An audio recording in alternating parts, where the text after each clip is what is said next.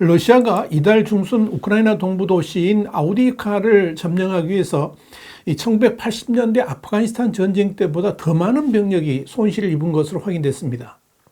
이 푸틴 대통령의 체면을 세워주기 위해서 엄청난 수의 러시아 젊은이들을 사지로 몰아넣었다는 점에서 다시 한번 러시아의 무모함과 잔인함을 돌아보게 만듭니다.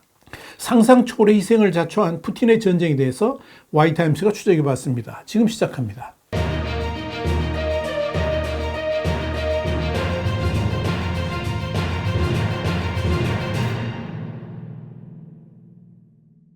뉴욕타임스는 현지 시간으로 28일자 지면을 통해서 러시아군은 지난 18일 지난해 가을부터 집중 공략해왔던 우크라이나 동부 돈바스 지역의 거점 도시 아우디이카를 장악한 바 있는데, 러시아군은 이 작은 도시를 점령하기 위해서 10년간의 아프가니스탄 전쟁, 그러니까 1979년부터 89년까지죠. 이 아프간전보다 더 많은 병력을 잃은 것으로 추정됐다, 이렇게 보도를 했습니다. 아프가니스탄전에서 공식적으로 사망한 소련군은 1만 5천 명 정도로 추산됩니다. 한마디로 3월 러시아 대선을 앞둔 시점에서 블라디미르 푸틴 러시아 대통령의 체면을 세워주기 위해서 러시아군의 희생은 아예 무시를 하고 인해 전술로 밀어붙여서 아우디이카를 점령하기는 했지만 얻은 소득에 비해서 인명피해가 너무나도 컸다, 이런 의미입니다. 뉴욕타임스에 따르면 우크라이나군은 러시아군의 맹렬한 포격과 끊임없는 병력 투입에 결국 더 이상 희생자를 낼 수 없다는 판단하에 퇴각을 했습니다. 러시아의 저명 군사 블로거인 안드레이 모로조프는 지난 18일 텔레그램을 통해서 아우디이카 전투에서 러시아군이 1만 6천 명의 병력을 잃었다라고 주장한 바 있습니다. 우크라이나전을 지지해온 그는 자신이 보기에 불필요하게 피비린내 나는 전투에 대해 러시아 사령관들이 책임을 지도록 하기 위해서 병력 손실을 공개하기로 결정했다라고 밝혔습니다. 그러나 아우디이카 전투에서 지나치게 많은 희생자를 냈다는 것이 러시아 내부에 퍼지면서 파문이 확산됐고, 러시아 군 사령관과 그리고 크렘린 선전가들이 모로조프에게 강력한 압박을 가하자 결국 게시물을 내렸고, 곧이어 극단적 선택을 암시하는 글을 남긴 뒤에 숨진 채 발견됐습니다. 그만큼 이 모로조프의 글이 러시아 내부에서도 엄청난 반향을 불러왔다는 의미일 것입니다. 뉴욕타임스는 이와 관련해서 모로조프가 주장한 러시아군 손실 규모를 독립적으로 확인할 수는 없었지만 러시아군이 스스로 수용할 수 있는 군사적 손실의 규모가 상당히 둔감함에도 불구하고 이번 희생의 규모가 예상 밖으로 훨씬 뛰어넘었다는 점에서 충격이 컸다, 이렇게 보도를 했습니다. 사실 그동안 러시아군은 전장에서 작은 이득이라도 얻기 위해서 군대와 장비 손실을 기꺼이 감수하려 해왔다는 것이 뉴욕타임스의 판단입니다. 러시아군은 지난 2년 전에 우크라이나 침공 때부터 아우디이카가 위치한 이 돈바스 지역 장악을 위해서 엄청난 희생에도 불구하고 전과를 올리는 것에 더 큰 비중을 두어왔습니다.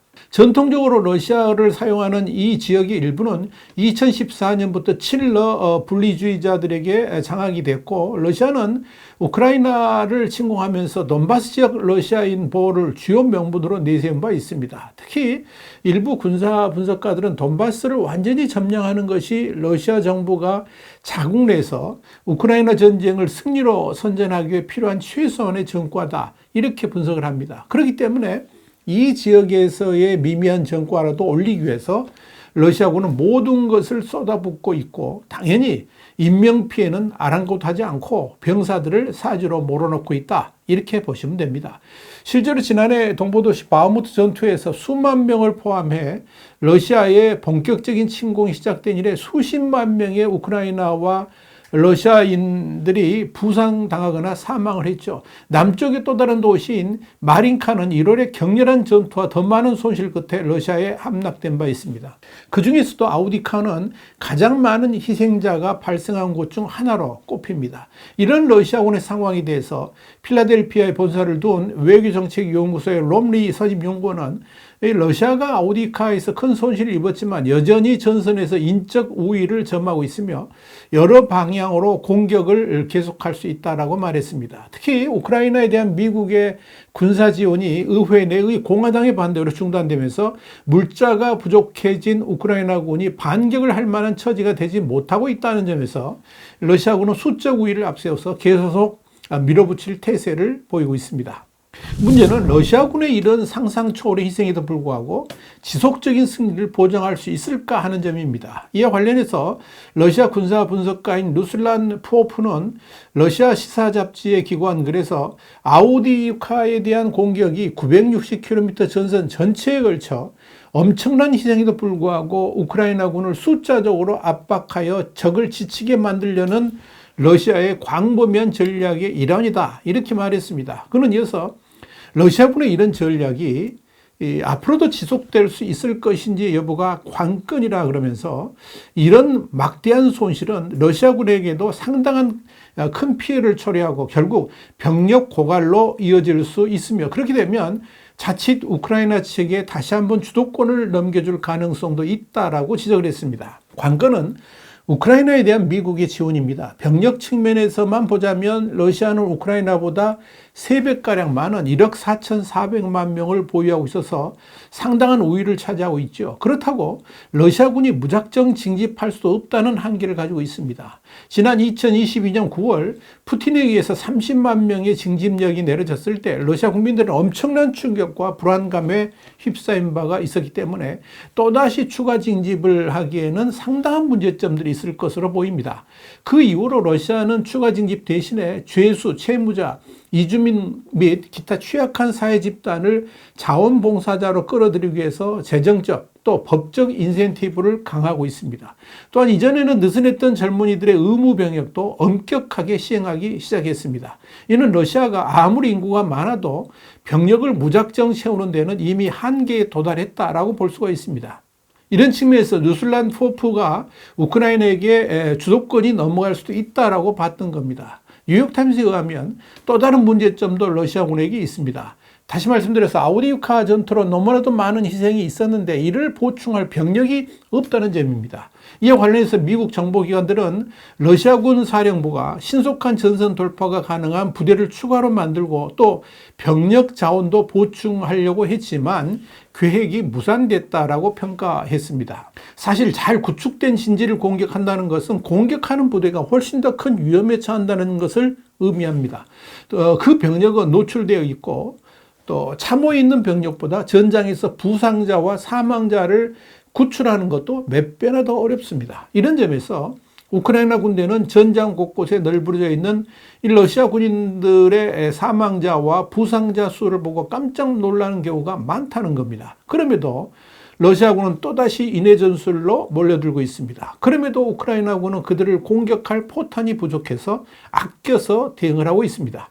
지금 우크라이나 전쟁 그렇게 흘러가고 있습니다. 미국을 비롯한 서방의 지원이 제기되지 않는다면 우크라이나는 앞으로 더 많은 진지들을 러시아에게 내어줄 수밖에 없는 처지로 몰리게 될 수도 있다, 이렇게 보입니다. 한편 이 아우디유카를 빼앗긴 우크라이나군은 북서편의 라스토치킨의 외곽에서 방어 태세에 돌입했습니다. 현지 시간으로 25일 우크라인스카 프라우다에 따르면 드미트리 리호비 우크라이나군 대변인은 우크라이나군이 아우디유카 전선의 라스토치킨의 서편 외곽으로 철수해서 준비된 방어 위치를 차지했다라고 전했습니다. 러시아가 점령한 도네츠크시와 가까워 포병 사격을 위한 군사 요충지였던 아우디유카를 결국 내어준 것에 대해서 올렉산드르 시르스키 우크라이나군 총사령관은 성명을 내고 포위를 피하고 군인의 생명과 건강을 보호하기 위해서 부대를 철수한다라고 밝힌 바 있습니다. 그러나 아우디유카를 점령한 러시아군도 우크라이나가 서방의 도움으로 다시 반격할 수 있다 그러면서 경계를 늦추지 않고 있습니다. 세르게이 루두스코이 러시아군 총참모부 제1부참모장은 크라스나야 지베즈다 신문 인터뷰에서 우크라이나군은 여전히 활동적으로 작전을 수행할 전투 능력을 보유하고 있다 그러면서 서방의 대규모 군사 지원이 있다면 또 다른 반격을 시도할 가능성이 있다라고 말했습니다. 그는 북대서양조약기구, 그러니까 나토 군인이 용병으로 유장해서 우크라이나군의 방공 시스템과 전술 미사일, 다연장 로켓 시스템 등을 조종하고 있다는 주장도 폈습니다. 이렇게 우크라이나 전쟁은 끝날 때까지 끝난 것이 아닙니다. 러시아군은 자국 병사들의 희생이 얼마가 되든 그런 희생을 무릅쓰고라도 진지 점령을 몰아붙이고 있지만 우크라이나는 병력 한 사람 한 사람이 소중하기 때문에 일보 후퇴하는 전략을 쓰고 있다는 점에서 또다시 이 아우디우카를 놓고 양측이 정면 대결을 펼칠 수도 있을 것이라고 보입니다. 미국이 무기 지원에 다시 나선다는 전제 하에서 말입니다. YTN 정세 분석이었습니다. 감사합니다.